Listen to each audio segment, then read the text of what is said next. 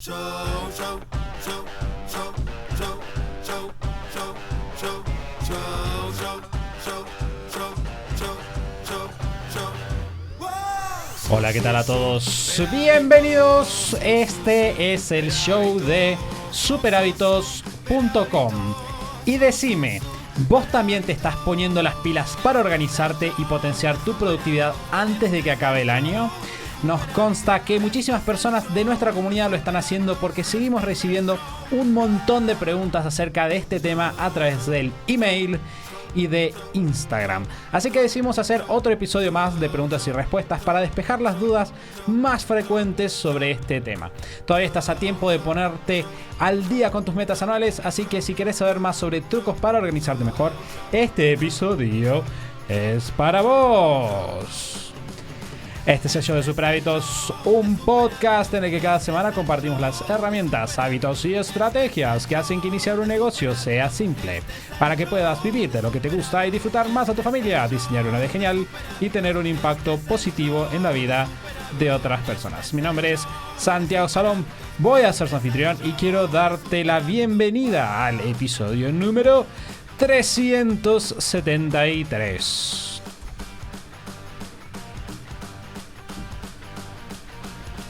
Y hoy, para cubrir este tema, me va a estar acompañando Mati. Bienvenido, Mati. Gracias. Perdón, no te puse micrófono. Fue a propósito igual. Claro. Es lo que siempre te gustaría hacer en cada episodio. Gracias, Santi, por la bienvenida. Me entretuve bastante escuchando las 19,5 tonadas que recorriste a lo largo de la presentación. Tengo que aprender a hacer español latino. Eso me divertiría mucho hacer. Claro. Bueno, un español neutro. Sería el... Claro, viste que... Como en una serie de un dibujo animado o una cosa así. Pero los subtítulos suelen ponerle español latino. Sí. Ah, no, porque los subtítulos no son la entonada. Es una estupidez lo que estoy diciendo. Bueno, antes de empezar... Empezamos bien arriba. Claro, quiero recordarles que pueden...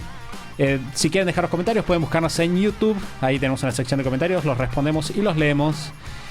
A menos que los dejen incompletos. A veces las personas dejan los comentarios incompletos y es imposible de responderlos. Pero pueden encontrarnos en todas como Superhábitos. youtube.com/Superhábitos. Ahí están todas nuestras conversaciones en video. Bueno, como les conté, hoy decidimos enfocar el episodio de nuevo en las preguntas que nos hicieron en los últimos tiempos acerca de productividad y organización. Vamos a hablar de proyectos de Asana, vamos a hablar de dormir cuando tenés hijos, vamos a hablar de motivación para el equipo. Son todos temas que vamos a estar tratando en el episodio de hoy. Así que, desde lo más básico a lo más complejo, vamos a empezar, Mati, si te parece. Bien, Santi, vamos hacia adelante. La primera pregunta, Mati, es de Chris. Chris nos pregunta, ¿cómo manejar el cansancio que genera no dormir bien después de tener un bebé? Te voy a dejar esta respuesta para vos. Simplemente por experiencia propia. Bueno, acá voy a retomar un poco de la experiencia que tuvimos con Lu este año. En mayo nació Emma, que es nuestra hija. Y nos enfrentamos con este desafío. De hecho, yo tengo que hacer una confesión, vos, Santi, lo sabés, que es cuando comenzó el año, yo empecé con una perspectiva pesimista. Yo dije, más vale que aproveche muy bien los primeros 4 meses del año, porque con la fecha estimada de nacimiento, no sé cómo va a ser la segunda mitad del año. Y mi temor era este temor de, voy a tener un bebé, no voy a existir, mi cerebro no va a funcionar. Como persona que se dedica a eso, he leído 1000 estudios sobre los efectos de la falta de sueño. Entonces estaba muy, muy preocupado. ¿Qué fue lo que pasó? Esa preocupación se trasladó hacia cómo encaro este proceso, ¿sí? Cómo lo encaramos de la mejor manera posible. Y eso llevó a que hoy, a 4 meses, casi 5 meses del nacimiento de Emma, yo pueda decir que genuinamente duermo. Me atrevería a decir incluso mejor que antes. ¿Por qué? Sí. Wow, eso es mucho decir. ¿Por qué? Porque lo que hicimos fue apenas organizarnos por etapas. Y quizás ese es como ahora yendo a la parte práctica, ¿no? Etapa 1. Nace tu bebé, tenés el primer periodo, los primeros 15 días. Yo diría los primeros 15 días, esta es mi experiencia, pero si quieren tírenlo un poco más. Es el periodo más difícil, o sea, es el periodo de recuperación después del parto o después de la cesárea, si fue una cesárea. Es muy demandante físicamente para la mamá, todos los procesos físicos, todos los cambios que hay. Entonces, durante esos 15 días es prioritario, me parece, para uno decir, voy a dormir siempre que pueda y expandir los horarios de sueño. Es muy difícil, y yo lo sé, para padres que trabajan, o sea, para papás que trabajan, porque no tienen la licencia tan extendida. En la mayoría de los lugares son un par de días solamente.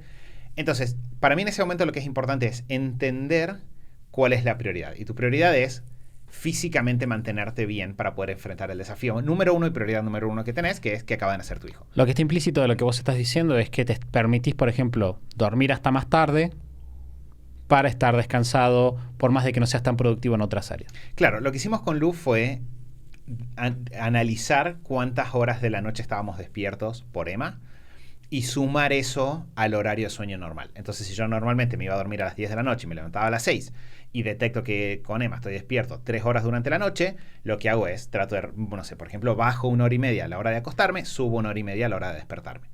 Entonces, yo sé que duermo la misma cantidad de horas que estaba durmiendo antes durante la noche, y eso tiene un efecto que para mí fue muy bueno, y es que cuando me despierto y estoy bien para hacer las cosas que haga. Entonces, la ventana del día es más corta, pero tus resultados en esa ventana son más altos. Y creo que ese es un buen enfoque, es priorizar estar bien, porque si vos estás bien puedes hacer rendir las pocas horas que te queden, pero si estás mal, por más que tengas muchas horas, no te rinden. Entonces, hicimos ese ajuste. En nuestro caso, el Lu investigó un montón del tema. Si quieren, le podemos pedir en algún momento datos. Pero nosotros, entre las diferentes metodologías que existen de sueño con los bebés, elegimos la de colecho, que significa que el bebé está con vos. Teníamos estas cunas que están al lado de la cama pegadas, como que extienden la cama. Y eso, yo creo que eso y utilizar un fular son para mí 2 hacks de productividad. Porque el bebé duerme mucho mejor cuando está cerca de la mamá y por lo tanto duerme más horas, no necesitas levantarte para que se tranquilice y un montón de cosas. Entonces tu noche se mantiene como una buena noche de sueño, y el fular lo que te permite es durante el día, cuando el bebé necesita dormir, tener los brazos libres y que al mismo tiempo el bebé duerma cómodo. Entonces, creo que esos fueron los ajustes. Nosotros justo después del nacimiento de Emma conseguimos estas, para quienes estén en YouTube, son unas pulseras que se llaman Whoop, que nos las recomendó Rodri, un amigo, y las empezamos a usar para traquear el sueño. Y efectivamente, o sea, tuvimos un periodo de ajuste de a poco, pero hoy en día estoy durmiendo excelente. De hecho, el otro día era la persona que mejor había descansado a lo largo de toda la semana en Argentina, según Whoop. Y sí, tengo la captura de pantalla. Y no le mandaste un mensaje a Whoop como, mira, y soy un papá. Y soy un bebé papá de un par de meses. Claro, y así que creo que esos puntos son clave. Y después todo lo que hemos dicho en episodios de rutina de sueño sigue siendo válido. El hecho de cómo comes, el hecho de regular las luces, de mantener los horarios. Y decía que duermo mejor ahora de lo que dormía antes, porque como que un bebé es mucho más estable con sus hábitos de lo que somos los adultos. Los adultos negociamos, ¿no? Yo como adulto puedo decir, hoy me puedo dormir media hora más tarde o 2 horas más tarde porque estoy entretenido en esta conversación. Un bebé no. Entonces lo que me pasa es que yo ya sé que Emma va a dormir mejor si nos dormimos en el horario correcto. Entonces mi motivación para cumplir rígido con los horarios de sueño es mucho más alta. Entonces ahora me está pasando que de lunes a domingo tengo porcentajes muy altos de buen descanso, horarios perfectos, y en el global mi estado, te mostré a vos en los gráficos el otro día, mi estado físico es mejor que lo que era antes, lo cual, de vuelta, buenas noticias. Creo que algo interesante de la experiencia, y como para que te lleves, Chris, de consejo, es, terminamos en el episodio anterior la serie de la semana laboral de 4 horas, y uno de los enfoques centrales de esa serie o del libro es negociar con la realidad, ¿no? Sí. Partir de la base de que lo que te dicen que es no necesariamente es, y que si vos entendés cómo funcionan las cosas probablemente podés hackearlo.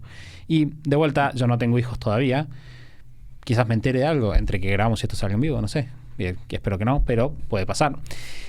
Lo que pasa en mi experiencia con los perros fue que la gente piensa, no, el perro hace esto, no, el perro te va a romper, el perro va a hacer esto, otra cosa. Pero cuando vos estudias, en realidad es consecuencia tuya, porque vos no entendés cómo está funcionando el proceso, y si haces pequeños ajustes puedes evitar todas esas consecuencias negativas. Y algo que yo vi en ustedes durante el embarazo y cuando nació Emma, es que ustedes fueron pasando por el proceso de una manera muy ordenada, y tengo gente conocida que también tuvo hijos en una época muy similar y la experiencia es muy diferente. Y yo digo, no es casual, no es que, Emma es una santa y por eso es, sino es, Sí. ok, tenés este elemento, más aquel elemento, más este otro elemento, y todo hace a que la experiencia pueda ser realmente muy buena. Sí, que una cosa que yo sé, y esto para cada uno de vuelta, permítanselo, es cada familia es distinta, cada bebé es distinto, las situaciones son diferentes. El tema está en tomar el control en la medida en la que se puede y conocer, ¿no? Conocer los hábitos de tu hijo y cómo funcionan, de tu hija y cómo funcionan. Pero definitivamente se puede tener una mucho mejor experiencia Así que nada, eso. La siguiente pregunta es de Lauti. Lauti nos pregunta, ¿cómo afrontar de forma correcta cuando no cumplimos un día del hábito? Bueno, acá voy a partir de la base de que tenés un control de hábitos. Eso sería lo mínimo y fundamental. Me imagino que sí.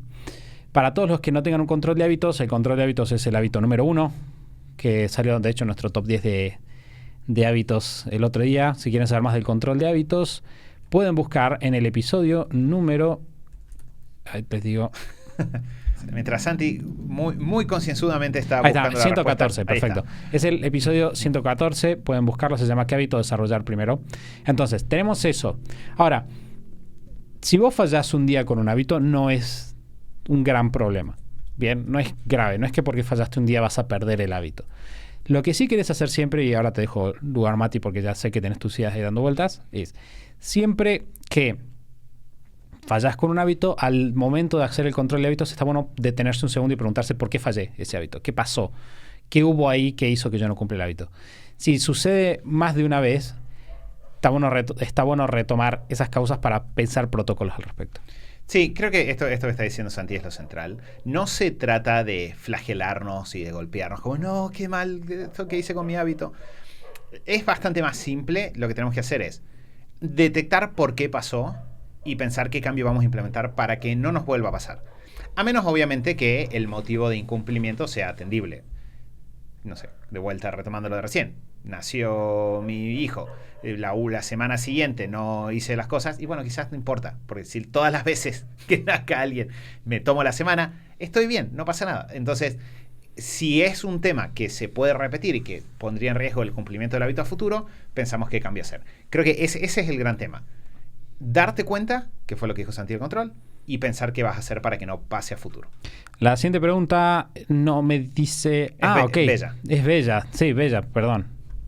Pensé que, claro, como decía tu plan de energía familiar, que es el emprendimiento de Bella, pero yo lo relacioné con la pregunta. ¿Por qué? La pregunta dice, cuando tengo lanzamiento de su producto, no sé cómo organizarme para atender las consultas y la venta. Entonces yo pensé que se relacionaba como cómo manejo mi energía con mi familia cuando estoy en lanzamiento, pero no. La pregunta era exclusivamente de cómo organizarme para atender consultas y ventas cuando tengo un lanzamiento. A ver, acá hay diferentes desafíos.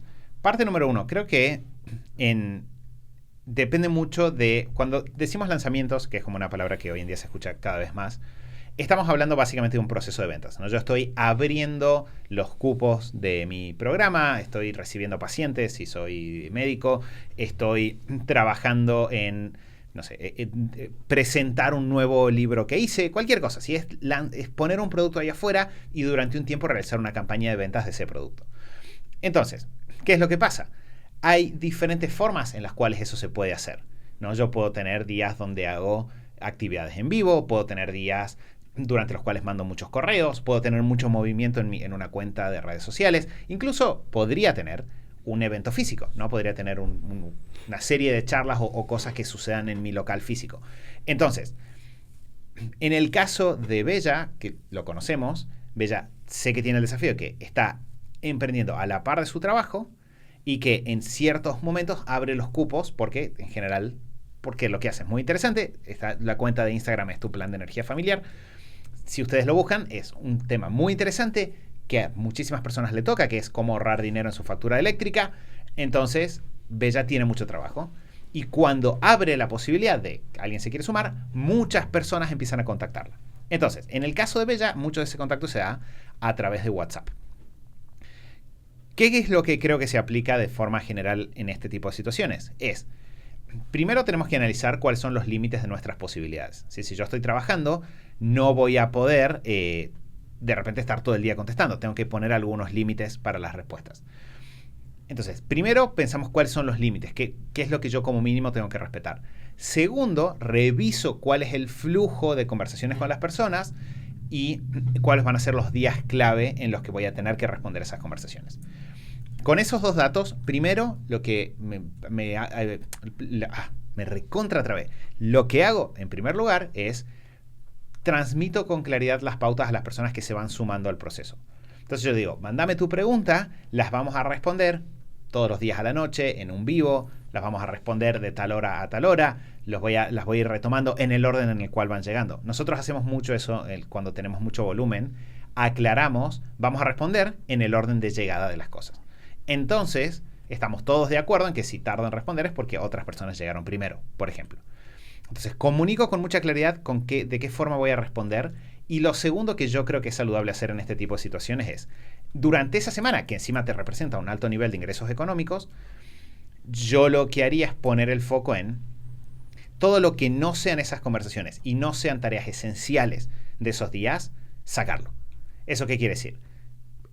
O dejaste comida cocinada 2 semanas antes, o esa semana compras comida y la pedís por delivery. Listo, me ahorré 1 hora de estar cocinando, voy a contestar. Publicar otras cosas en las redes sociales no se hace o se dejó programado 1 semana antes. Normalmente todos los martes me junto con... Bueno, no, ponerlo en pausa esta semana y pasarlo para después. Porque lo que tienen estos fenómenos de aperturas de inscripciones es que concentran en poco tiempo mucho trabajo. Si lo hacemos bien, nos liberamos muchas horas de las semanas que siguen. Pero si lo hacemos mal, la semana siguiente tenemos que volver a salir a vender. Entonces yo creo que esas son un poco los puntos clave que yo vería. La siguiente pregunta, ¿algo más o estamos ahí? ¿Podemos pasar? ¿A vos te parece bien? Me parece perfecto. Javi nos pregunta, ¿cómo desprenderse de los malos hábitos? Bien, muy buena pregunta, Javi. Hay una serie de puntos, vamos a pasar un poquito por la lista. Algo que sabemos es que los hábitos cumplen una estructura o siguen una estructura de disparador, conducta, recompensa. Bien, siendo el disparador lo que hace que la conducta aparezca, la conducta es el mal hábito en sí y la recompensa es una recompensa o algo que nuestro cerebro recibe y que refuerce el hábito. Bien, siempre damos el ejemplo de me siento mal, disparador, conducta, me como un chocolate, recompensa, mi cerebro está contento. Mi cuerpo en el largo plazo, probablemente no. Entonces, ese es un hábito. Lo que queremos hacer entonces, si queremos desarmar un mal hábito, primero que nada es identificar cuál es el disparador del hábito. Bien, muchas veces si eliminamos el disparador podemos cortar de base el hábito. Supongamos que tenemos el hábito de abrir Facebook. Vamos a volver a...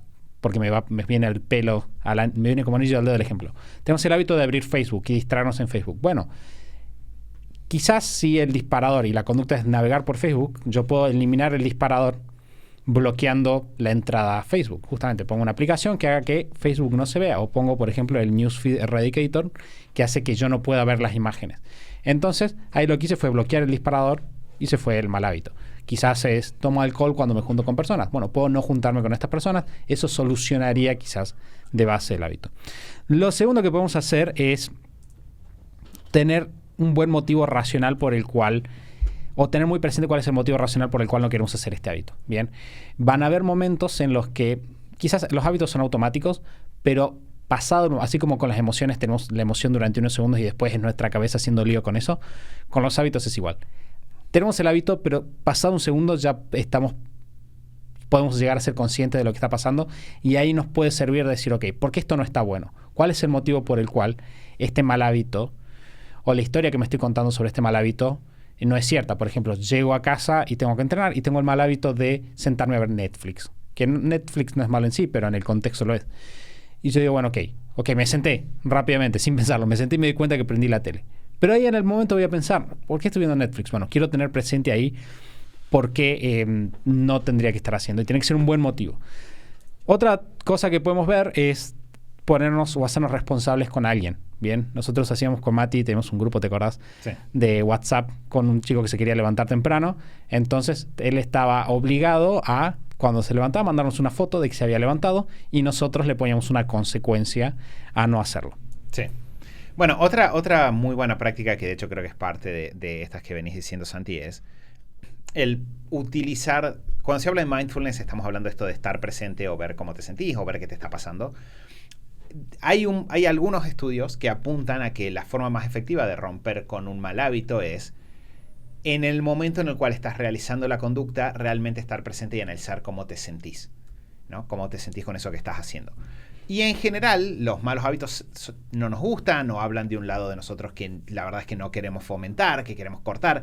Entonces, si yo detecto el momento en el cual lo estoy haciendo y lo puedo detectar y soltarlo, eso es muy, muy efectivo porque es como que me va reprogramando a nivel mental. Entonces, usar mindfulness en el momento es muy útil. Como es difícil empezar a desarrollarlo en el momento, podemos empezar trabajando hábitos como el de la meditación y después llevar eso a, bueno, cuando me encuentre con este disparador, con esta conducta, voy a tratar de aplicar eso mismo en ese contexto. Vos sabés que el otro día me invitaron a una entrevista con Héctor de máspresente.org, que tiene una aplicación de meditación y él obviamente sabe un montón de meditación, y estamos hablando sobre hábitos y cómo generar el hábito de meditar, y nos hicieron una pregunta sobre cómo dejar los malos hábitos. Una pregunta iba por este lado, muy parecida a esta, pero estaba hablando particularmente de adicciones. Y me contó Héctor... Como dato, ahora la página de Héctor migró a máspresente.com. La otra también está, pero la oficial ahora es el .com. Ok, perfecto, sí. Máspresente.com. Y lo que me contaba Héctor, que hay estudios que muestran que el tratamiento para dejar el cigarrillo con mindfulness o con meditación tiene más efectividad de resultados que los tratamientos tradicionales con parches nicotínicos. Así. Sí. Me pareció extremadamente interesante. Y un último punto que también podemos tener en cuenta es pensar en reemplazar un hábito con otro. Bien, si yo identifico el disparador, puedo decir, bueno, ¿cómo puedo empezar a generar un hábito positivo y reforzarlo? Y acá lo que pasa a ser importante es poner una conducta positiva, pero poner un refuerzo que le vaya diciendo a mi cerebro, este nuevo hábito que estoy teniendo está bueno. La siguiente pregunta, en este caso, es de Tina. Tina nos pregunta, ¿cómo incluir en el día a día las tareas de limpieza y alimentación? Vamos a hacer un enfoque práctico, ¿bien? Y el enfoque práctico dice, vamos a organizar algo que tenemos que hacer, pero nunca tenemos que organizar algo que no deberíamos estar haciendo en primera instancia. Entonces, lo primero que yo te diría, Tina, y esto creo que es la clave base, es siempre eliminar la limpieza que no tengamos que hacer y los alimentos que no tengamos que consumir. ¿A qué voy? ¿Qué sería eliminar? Por ejemplo, algo que disminuye mucho el tiempo de limpieza es no vivir en lugares excesivamente grandes si no necesito vivir en lugares excesivamente grandes, no tener muebles y adornos que no necesito tener. Bien, eso punto base. Si yo tengo un montonazo de ropa, porque tengo ropa porque la compro, porque sí, probablemente voy a pasar más tiempo ordenando la ropa y planchándola y limpiándola. Entonces, siempre que apliquemos el minimalismo, en términos generales, entendido como tener menos cosas y dejar lugar para lo importante, no tener menos cosas, sino tener mucho de lo que está bueno y sacar lo demás, vamos a ahorrarnos tiempo, ¿bien? Porque si no es como, no sé si les pasa, me da mucho odio cuando de repente, Mati, me imagino que te pasa también, cuando de repente estoy limpiando algo que no entiendo por qué está ahí. Y digo, ¿por qué estoy perdiendo mi tiempo en limpiar algo que ni siquiera quiero tener? Entonces, eso. Respecto al tema de la alimentación, mi consejo, de vuelta, pueden ir al podcast que grabamos con Mari, que no me acuerdo cuál es el número, Mati, si me ayudas a buscarlo ahora rápido. lo busco. Sí, vos andás avanzando tranquilo. Obviamente esto consúltenlo con un médico. Nosotros somos fans del ayuno intermitente. O depende, yo creo que el otro día Mari me decía que yo tengo el ayuno del cazador en realidad. Ok, una diferenciación técnica. Pero básicamente es saltarte comidas, no comer todo el tiempo, no hacer las famosas 6 comidas. En el episodio que Mati iba a decir hablamos un poquito de eso. Sí, es el episodio número 355. Bien. Que también está el episodio 349, que es un episodio en el cual hablamos de minimalismo en general y cómo aplicarlo en otras áreas. Dejamos todo linkeado en las notas de este episodio, que van a estar en superhábitos.com/373 por el número de episodio, así que ahí pueden encontrar todas esas notas. Pero, por ejemplo, a mí no me toma tiempo cenar porque no ceno. Parece que suena estúpido lo que estoy diciendo, pero tiene mucho sentido. Si vos de repente empezás en nuestro caso, por ejemplo, bueno, en mi caso voy a hablar por mí, yo meriendo a veces, casi nunca, no ceno y nunca desayuno. Entonces, todo mi tiempo de cocina se resume a una sola comida al día, quizás 2, y eso hace de que esas horas extra no estén ahí. Sí, que es cierto que te puede pasar de... A ver, eliminar es, como dice Santi, vamos a sacar todo aquello que es superfluo y que no nos aporta. Si vos sentís que sí te aporta, obviamente para tomar una decisión como ayunar o una decisión de dieta hay que hablar con un profesional de la salud. Si nos dicen, en tu caso no podés ayunar, no pasa nada, no se eliminará. Si no es la acción en sí, sino el empezar a mirar con un ojo muy crítico las diferentes áreas y pensar, bueno, ¿qué puedo sacar que haría que mi vida sea más fácil?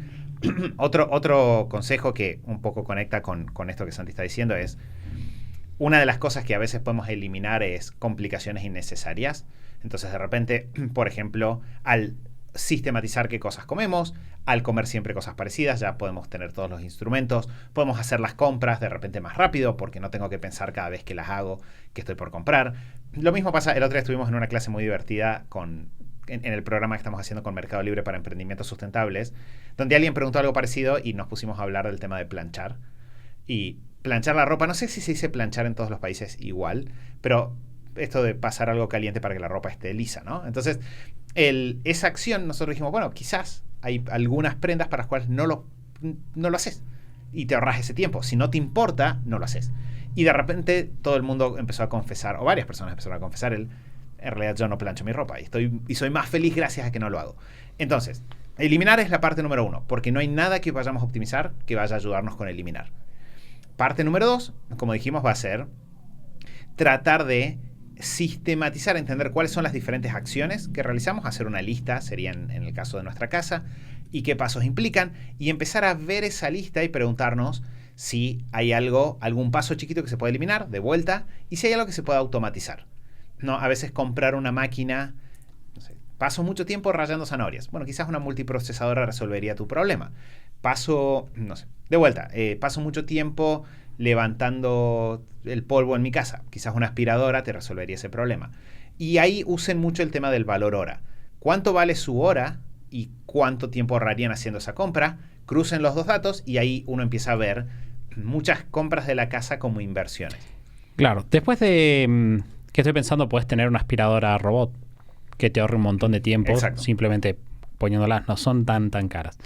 Después tenés la opción de delegar, que es otra opción que la gente no toma en cuenta. Muchas veces pensamos, voy a tener que contratar a una persona full time, pero quizás no, quizás puedes contratar a alguien que venga una vez a la semana, un par de horas, y ya te soluciona muchas de las tareas que más tiempo toman. Bueno, el otro día le mencionaba a Santi, hay agencias de limpieza, quizás lo puedes llamar una vez al mes para que hagan la limpieza profunda de tu casa. Es más, nosotros lo hicimos cuando nos mudamos. Puedes llamar a una agencia y pedir que vengan 4 personas, hagan una limpieza de punta a punta de tu casa y después el resto del tiempo de mantenimiento lo haces vos. Entonces, ese tipo de ajustes de delegar son súper importantes. Después de delegar, vamos a pasar a lo que nos preguntaste, que era cómo organizarlo. Bien, un punto clave que es usar los recreos. Nosotros somos de la filosofía de tener recreos entre tareas y no necesariamente siempre trabajar de corrido. Entonces, por ejemplo, puedes hacer recreos de 45 minutos, 15, 50, 10. Y esos recreos son muy buenos momentos para moverte del lugar. Bien, si vos estás sentado en un escritorio y estás en tu casa, lo que puedes hacer es decir, ok, bueno, en estos 10 minutos me voy a poner a hacer esto. Y lo que te sirve ahí, esa es mi forma de hacerlo, sí. de paso. Por ejemplo, digo, ok, tengo 15 minutos, ahora me voy a lavar los platos, voy a poner la ropa a lavar, cuando hago un turno, cuando salgo cuelgo la ropa, etc. Algo que sí me funcionó mucho para esto es tener una lista de qué hacer. Porque a veces te pasa que tenés el recreo y es como que es muy tentador irte a otra habitación y sentarte a ver el Instagram. Yo no tengo Instagram, pero estoy tratando de ponerme en el lugar de los seres humanos. Claro, sí. Básicamente. Pero podés, a veces te pasa que te distraes, ¿bien? Te distraes leyendo el diario, lo que sea. Entonces, tener una lista de cosas que están por hacer o en qué días las tenés que hacer hace que de repente no te olvides, que es clave. Y incluso sumaría el tener esa lista y tener la frecuencia. Por ejemplo, algo que yo hago es, tengo fijada la frecuencia de las cosas que tengo a mi cargo, entonces cada vez que hago una de esas tareas, marco la fecha y por lo tanto, y me obligo a respetar la frecuencia. Porque hay veces que hacemos muy seguido cosas que de repente nos resultan más fáciles o que están en el camino y muy poco seguido cosas que no están en el medio del camino. Entonces, al buscar la frecuencia correcta, y nos permite de hecho usar algo que mencionamos hace poco en la semana laboral, en la serie de la semana laboral de 4 horas, que es ir empujando un poquito y ver cuál es el punto justo. Pero no todo tiene que hacerse todos los días, que eso también es importante. Así como no hay que planchar las sábanas, y abrimos el debate, hay que planchar las sábanas. En la clase surgió eso, las personas que planchaban las sábanas de la cama y los que decían, ¿cómo vas a planchar las sábanas de la cama? La pregunta, Mati, que tengo para hacerte sobre eso es, ¿lo de la frecuencia lo tenés como una tarea recurrente en Asana o lo tenés calculado con un Excel? No, lo tengo, esto para poder usarlo más fácil, sería muy inteligente igual, lo acabo de pensar, hacerlo con una Sí, tarea porque yo tengo recurrente. dentro de mi proyecto personal de Asana tengo una columna que con tareas recurrentes. O sea, te iba a decir que tenía una lista y que simplemente lo anotaba, pero Asana suena bien. lo que vos decís es 1000 veces más práctico. Bien, ¿alguna herramienta, nos pregunta Caro, para la concentración? Bueno, en el teléfono depende, ahora no recuerdo el nombre, hay una aplicación para Android que te permite, creo que se llama Stay Focused. Bueno, esa. Lo puedo buscar en Dale, Google Translate. Lo busco, sí. Busca una traducción del japonés. Hay una herramienta en Android que te permite eso. Creo que ahora es nativo también igual. Pero si tenés un iPhone, definitivamente utilizar el modo nocturno y el modo no molestar para las aplicaciones con horario. Eso te permite decir, bueno, de tal hora a tal hora no quiero que me aparezcan notificaciones de nada por ningún motivo. Y en la computadora, no importa qué sistema operativo tengas, existe Freedom, que el link es freedom.to, si no me equivoco. Sí, o freedom.io. A ver, bueno, se abre de las dos formas, me parece. Esta aplicación lo que te permite, vamos a dejar el link es para que lo puedan ver. Esta aplicación lo que te permite es poner un bloqueo entre tu computadora y sitios que te distraen. Tiene algunas listas precargadas, pero vos podés generar tu propia lista. De vuelta, probablemente dijimos mal algunos de estos links, así que los vamos a mencionar y dejar en las notas del episodio, que están en superhábitos.com/373. Bien. Estoy pensando algo más. No, creo, bueno, y desactivar las notificaciones. Eso Sí. es algo que hablamos también. Muchas veces no nos concentramos, pero tenemos el celular al lado con sonido. Bueno, nunca va a funcionar. Entonces, desactivar las notificaciones. ¿Cuáles todas? Yo creo que podés poner tu teléfono, la llamada en vibrador, si querés. Y incluso podrías no tenerlo en vibrador y no sería un problema para mí. Todas las demás aplicaciones en silencio. Hacete un favor, ponerlas todas en silencio. No va a pasar absolutamente nada. Sí, de hecho, la primera herramienta de concentración es revisar cada una de las aplicaciones y simplemente usar las opciones nativas para eliminar esas distracciones. La siguiente pregunta es de Anita. Nos pregunta, ¿por dónde empezar? Hay tanto cuando uno empieza que es complicado encontrar la punta del ovillo. Me estoy preguntando me imagino que estás hablando de empezar a organizarte en general. ¿Estamos de acuerdo, Mati, con eso? Sí, creo que hay dos opciones. Una es organizarte en general, otra es que sea en relación a empezar con un negocio. Yo empezaría con organización porque... Estamos en un episodio de organización. Sí, así que... Básicamente. La cuestión es, siempre que te querés organizar, la herramienta clave de la organización es decir que no. Bien, ese es el punto clave número 1. No se trata nunca la organización de hacer más, sino de justamente hacer las cosas que son importantes. Porque nunca, como dice la frase dice en realidad, podemos hacer lo que queramos, pero no podemos hacer todo. Y ese es el principio básico de la organización del tiempo. Tenemos que priorizar las actividades que realmente son importantes. Entonces, el primer paso que tenés que seguir, Anita, es sentarte a determinar qué es lo que es importante para vos. Y esto suena muy general, ¿bien? Como bajo, qué es lo que es importante para mí. A nosotros nos gusta mucho la herramienta de la misión personal y la visión personal, que luego se transforma en objetivos. ¿Por qué? Porque vos en la misión vos determinás, yo quiero ser este tipo de persona, quiero tener este tipo de relaciones, quiero cubrir este tipo de roles. Y después eso baja a una visión que es cosas que vos querés conseguir en el mediano o largo plazo. Si no querés hacer una misión y una visión, lo que puedes hacer es ponerte objetivos, 5, 7 objetivos de acá a 5 años, que hacerte una versión imperfecta de la misión, la visión y los objetivos, pero tratando de que contemple la mayor parte de las áreas de tu vida en términos de tus relaciones personales, etcétera. Y lo que vas a querer hacer después de eso es revisar tu vida y pensar cuáles son todas las cosas que estoy haciendo hoy en día que no se relacionan con eso. O que si simplemente no las hago, no pasa nada. Ese es para mí el primer paso. Sí, creo que tenemos el episodio, Santi lo mencionó hace un rato, el episodio 356. De vuelta lo dejamos en las notas del episodio, donde hablamos de en qué orden ir desarrollando hábitos para avanzar. Hablamos del control de hábitos como un primer lugar para operativizar un poco esto de lo que Santi estaba diciendo recién, de a diario pensar en estas cosas. Vamos a dejar también links dentro de las notas del episodio para empezar a trabajar el tema de misión o visión personal, que es claramente la base del resto de la organización. Y tenemos otro artículo donde hablamos de los pasos de la organización. De hecho, misión es lo primero, que es para un sistema de organización personal. Dejo también esas notas. Ahora dejo todo separado, Santi. Creo que empieza por ahí. Empieza por prioridades y empezar a montar un sistema. O sea, la organización no se va a dar sola. Tenemos que entender cuáles son las partes y tenemos que ir construyendo una serie de hábitos que en conjunto nos van a mantener organizados. La siguiente pregunta es de Jime. Dice, no entiendo cómo aplicar el principio de Pareto a mi vida personal. Bueno, la recomendación número 1 es que vayas a superhábitos.com/239. Ese es un episodio que se llama Cómo aplicar el principio de Pareto, que es el hermano... Cada vez que lo mencionamos al pobre Vilfredo le digo Pareto, mal el nombre. Decimos el nombre distinto. Igual, sí. Es mi culpa, no es del amigo Vilfredo. Entonces, más allá de eso, Mati, ¿por qué te recomiendo que vayas ahí? Y no te respondo ahora, te voy a responder ahora, solo que allá vas a tener todo el contexto, bien, un par de herramientas más, detalles, ejemplos, etcétera. Yendo puntualmente a la... Bueno, ¿querés comenzar, Noti? No, iba a decir, es un principio que es difícil y creo que entrar con esa tranquilidad de, ok, este es un nivel avanzado de trabajo es importante. Lo central siempre del principio del 2080 es que tenemos que detectar qué estamos invirtiendo en esta tarea y qué estamos buscando obtener.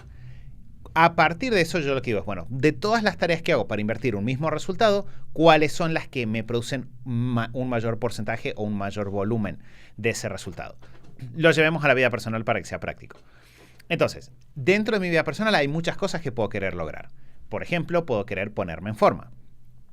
Si me quiero poner en forma, tengo que hacerme esta pregunta. ¿Qué significa? ¿Cuál es el resultado específico que yo estoy buscando? Y ahí voy a decir, quiero, por ejemplo, reducir mi porcentaje de grasa corporal. Entonces, reviso, y acá puedo revisar mi experiencia o información que haya disponible sobre el tema, cuál es el factor que más va a influenciar sobre esto, ¿no? Entonces, si pienso, tengo 5 ejercicios posibles que puedo hacer. Bueno, ¿cuál tiene más evidencia de que con menos tiempo o con menos energía va a generar un mayor consumo de mi grasa corporal? Si tengo que elegir entre hacer ejercicio o hacer dieta, ¿cuál me va a tomar más tiempo? ¿Cuál me va a tener más impacto? Entonces, eso que se aplica para ponerme en forma, se aplica también si quiero mejorar mi vínculo de pareja. Yo digo, a ver, en base a lo que conozco de mi pareja, sí, puedo comprar flores y bombones y, no sé, y invitar a cenar y comprar unas vacaciones y comprar, no sé, estoy diciendo todas las cosas cliché, ¿no? Y comprar un collar de diamantes y esto y aquello y aquello. Bueno, pero de todas esas cosas, de lo que yo conozco a mi pareja, ¿cuál es la que más impacto realmente va a tener en la otra persona con menor cantidad de esfuerzo? Y esto es súper importante. No es por ahorrar esfuerzo, es por maximizar impacto. Entonces yo no es que, no quiero pasar tiempo pensando en Lu, por ejemplo, en mi caso. No es que, no quiero pasar tiempo pensando en Lu. Quiero asegurarme de que todo el tiempo que invierto en mi relación vaya a lo mejor. Entonces, si yo conozco a mi pareja y no le van a importar ni las flores, ni los bombones, ni esto, ni aquello, pero le va a fascinar que nos tomemos una tarde entera para conversar, y bueno, quizás si me dejo de preocupar por generar el dinero para pagar todas estas cosas que al otro no le importan y muevo esa energía a lo que al otro sí le importa, estoy obteniendo con menos tiempo muchos más resultados. Creo que una forma de pensarlo también es, para hacer un poquito operativo, es esto que voy a decir no es científico, pero preguntarse cosas respecto de la actividad. Entonces vos decís, por ejemplo, objetivo, quiero bajar de peso. Bien, es una lista de las cosas que harías para bajar de peso o las actividades que tenés en mente. Y pregúntate, si solo pudiera hacer una, ¿cuál tendría más impacto? Si solo pudiera, tomando preguntas de la semana laboral control, si solo tuviera 2 horas a la semana para hacer esto, ¿qué haría?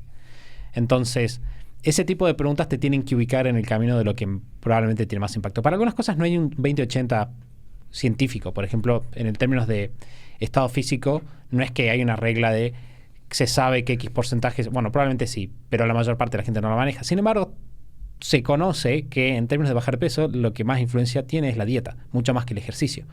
Entonces, si vos utilizas esas preguntas y hablas con expertos, eventualmente vas a ir encontrando esta respuesta. No tenés por qué sobrecomplicarte. Creo que simplemente diciendo cuáles son los factores que más... O sea, yo creo que simplemente te preguntas cuáles son los factores que más impacto tienen y no tenemos simplemente hacer cosas, vas a estar bien. Claro, no actuar en automático, porque eventualmente no tenés que elegir una cosa o la otra, ¿no? Vos podés hacer 20-80 dentro de la dieta y eliminar solo un par de comidas que te traen muchos problemas y un 20-80 dentro del ejercicio y quedarte con los ejercicios que mejor te hacen. Pero el gran problema de las personas no es que hacen mal el 20-80, es que actúan en automático. Con lo cual, si lo haces y no lo haces perfecto, no va a ser grave, pero no hacerlo es lo que es muy costoso. Siguiente pregunta, Martín dice, organización básica de proyectos en Asana. Supongo que la pregunta será tips para organización básica de proyectos en Asana. Sí, creo que es bastante desafiante la pregunta.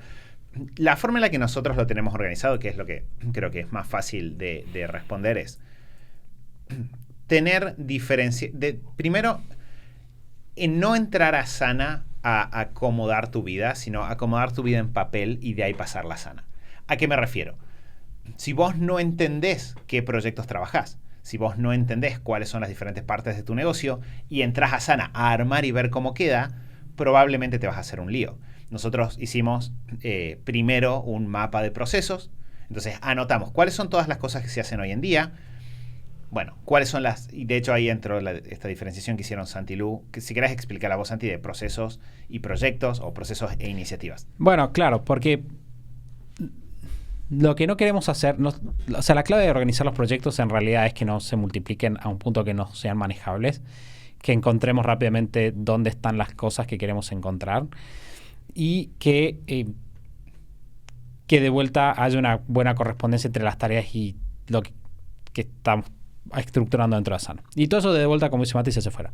La diferencia entre procesos y proyectos es la siguiente. El proceso es algo que se hace continuamente. Bien, es la base del negocio. Es lo que todo el tiempo estamos haciendo. Proyecto es algo que empieza y termina.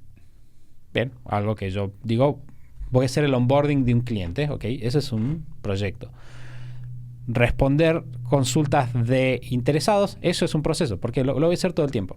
¿Por qué es importante esta diferenciación? Porque cuando esa diferenciación puedo dividir los proyectos de Asana, estoy haciendo comillas con los dedos, en dos. Y es lo que nosotros tenemos. Nosotros tenemos una serie de 6 procesos, 7 si no me equivoco, 6 o 7, que son procesos. Y son proyectos continuos, que están estructurados continuamente. Esos proyectos están siempre fijos ahí. Entonces, tenemos un proyecto que es, no sé, contabilidad. Tenemos un proyecto que es atención a clientes. Un proyecto que es infraestructura de sistemas. Entonces, esos proyectos están ahí y siempre están ahí estructurados. Y después tenemos los proyectos que van con la revisión trimestral. Bien, nosotros todos los trimestres nos sentamos y decimos, ok, vamos a atacar una serie de proyectos, consejo personal, no más de 5, que son los proyectos que vamos a estar viendo en los próximos 3 meses. Y estructuramos esos 5 proyectos ahí en Asana abajo de los que están todo el tiempo. Entonces, vos lo que tenés es una serie de lugares donde vas poniendo las tareas que continuamente están y después tenés para los distintos proyectos. Ahora, pasa que hay veces que se tiene, que sería como un híbrido, proyectos por clientes. No está mal tampoco. Lo importante, de hecho puede funcionar muy bien si haces un template de Asana. No tengo un template que es todas las tareas que voy a hacer con un cliente, cuando entra, cuando se mantiene, etcétera. Lo puedes hacer así también. Pero de vuelta, la lógica central me parece que sería eso. Me enredé un poquito ahí, así que sálvame. No, pero creo que lo que dice Santi es importante. Antes de entrar a Asana, aclaramos nuestra lógica organizacional. Entonces, ¿cómo nosotros acomodamos los procesos? Que eso es común, me parece. Todos los negocios tienen procesos. ¿Cómo nosotros gestionamos los proyectos? Los hacemos mensuales, los hacemos por cliente, los hacemos trimestrales. Entonces, tenemos esas dos cosas. Sumo, Santi, el tener una nomenclatura clara, es decir, seguir alguna estructura o algo que ordene los nombres de los proyectos. Nosotros, por ejemplo, usamos los 2 primeros dígitos es el año. A partir de ahí hay una P, si es un proceso. Una T, si es un trimestre. ¿Qué trimestre es? Trimestre 1, trimestre 2, trimestre 3. ¿Qué número de proyecto dentro de eso? Entonces, es fácil identificar de cuándo es esto que estamos viendo y el nombre tiene que ser descriptivo. Claro, por ejemplo, tendrías 21, por ejemplo, P1 a proceso tal, y después tendrías, por ejemplo, para los proyectos 21, T3 y el número de proyecto. Entonces, por ejemplo, podría ser, si tuvieras un lanzamiento, 21, T3, 1, lanzamiento. Solo que acá el número 1 que está al final es porque nosotros siempre ordenamos los proyectos del trimestre por prioridad. Por prioridad, claro. Lo cual en realidad es un gran hábito, pero no va a la pregunta que nos hiciste. Exacto. Y ahí dentro de cada uno de esos proyectos, yo sumaría si son procesos, usar mucho tareas recurrentes. Nosotros no somos fans de usar las subtareas para asignarle cosas a otras personas. Entonces, una tarea en general es de una persona. Las subtareas que están ahí adentro se usan como una especie de checklist para esa misma tarea. Pero si una persona va a hacer algo, tratamos de asignar siempre tareas por separado. Usar mucho las recurrencias. Permitirte usar algunos proyectos con el formato de tablero y otros con formato de lista, dependiendo de lo que te resulte mejor. Creo que eso es relativamente indiferente. Y le sumaría un extra que es, si tenés un equipo, pasar mucho tiempo desarrollando la disciplina de equipo de para qué se usa cada cosa, para que no haya problemas de 2 personas usando distinto la misma plataforma, porque la gracia de Asana es que podamos colaborar. Entonces tenemos que tener el mismo código para hacerlo. Bueno, de hecho, lo que por ahí se recomienda o recomendaríamos es tener un Asana Champion que sea el encargado de hacer de de encargarse de verificar de que se esté usando correctamente, corregir, armar las tareas, actualizarlo, etcétera. Luz suele hacer mucho de ese trabajo, generalmente. Tengo una última pregunta, Mati, si te parece. Dale, vamos. Y la voy a leer solo porque dije en la intro que íbamos a hablar de eso y si no me voy a ir incompleto. Y es de Santi. Santi nos pregunta, ¿cómo gestionar y motivar un equipo de trabajo? Creo que cómo gestionar es una pregunta extremadamente amplia porque tiene que ver con cómo contratamos, cómo elegimos, cómo asignamos tareas, etcétera. Así que me voy a quedar con la segunda parte, que es cómo motivar un equipo de trabajo. Acá, Santi, hay un par de episodios, así que vamos a dejar el link. Tenemos el episodio 76, el episodio 145, que son episodios de trabajo en equipo. El 329 también es sobre trabajo en equipo. Así que dejo en las notas del episodio esos 3 para profundizar. Y obviamente, a futuro nos pueden preguntar un poco más y de última entramos en los detalles.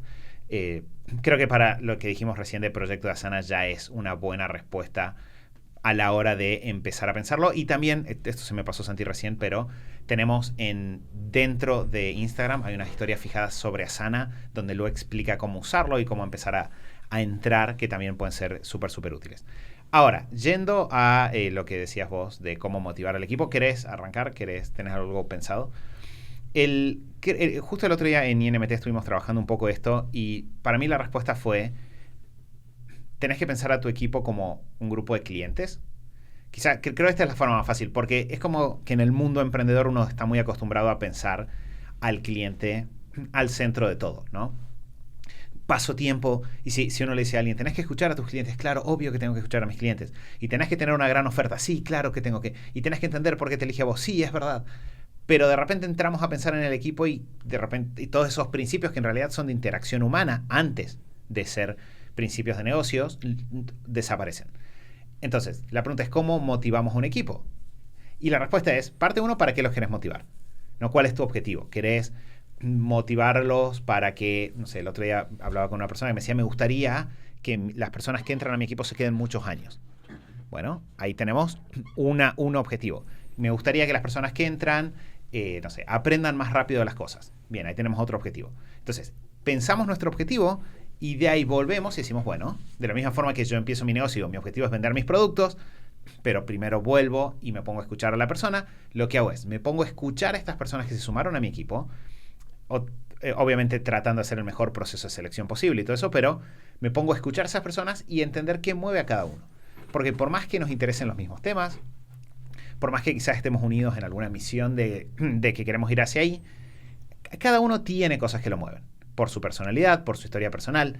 Entonces, lo que hago es, paso tiempo escuchando, preguntándoles cuáles son sus planes de largo plazo, por qué les interesa estar acá, a dónde les gustaría llegar, tomando notas de qué cosas generan interés en cada una de las personas. Y después, cuando me siento a diseñar los planes dentro del negocio y la comunicación dentro del negocio, tomo esa información y la uso. Entonces, de repente, cuando vaya a hablar con alguien de mi equipo que quiero motivarlo a que estudie un tema, le voy a decir, a ver, a partir de lo que vos me dijiste, no hace falta decirlo de esta forma, pero el otro día estuvimos conversando de que te interesa eventualmente, no sé, tener tu propio negocio. Justo tenemos este proyecto por delante, está esto que sería bueno aprender para poder gestionarlo y que a vos te va a servir para tu negocio de forma tal y cual y tal. Entonces, empiezo a hacer un trabajo de conectar cada acción con algo lo que cada persona específicamente está buscando, y entonces el nivel de motivación se vuelve muy fuerte porque cumple con lo que siempre decimos, no es motivación genérica, sino que es una motivación muy personal. Voy a sumar a lo que dice Mati, que me parece lo más importante. Un par de ideas que nosotros estamos aplicando hace un buen tiempo, basadas mucho en la idea de un libro de Jack Stack que se llama El gran juego de los negocios. Esa es la traducción que hice yo. Se llama The Great Game of Business en inglés.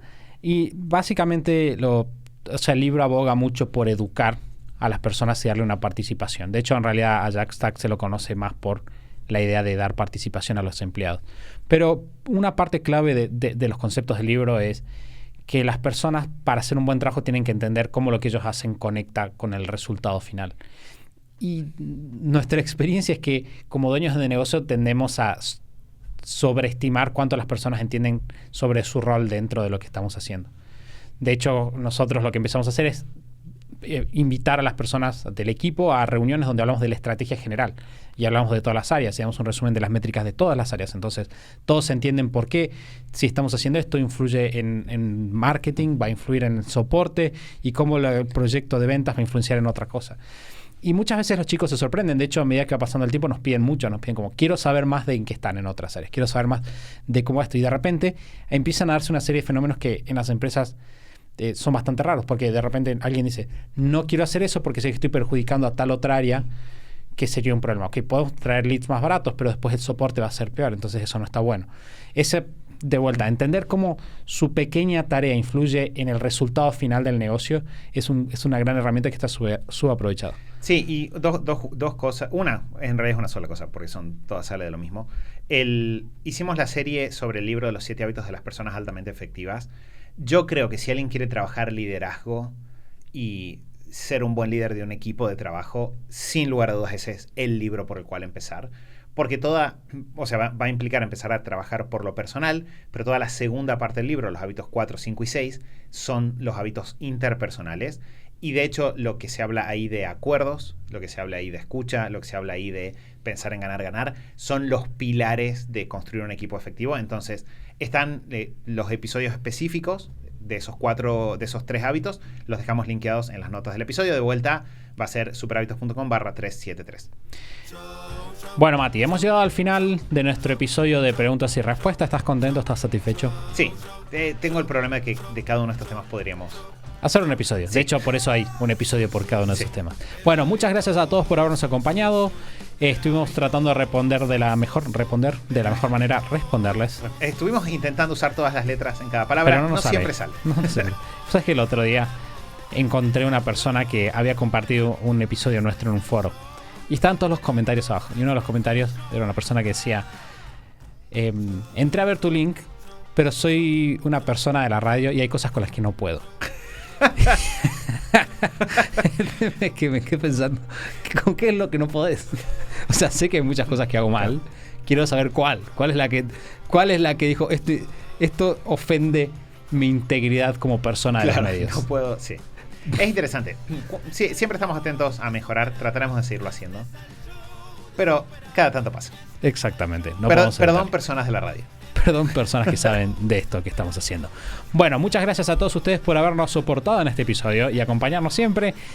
Nos vamos a estar escuchando nuevamente en el episodio 374 del show de Superhábitos, que va a ser el próximo lunes. Muchas gracias por este día y gracias, Mati. Gracias, Andy. Y nos vemos la semana que viene en otro episodio del show de Superhábitos. Chau, chau.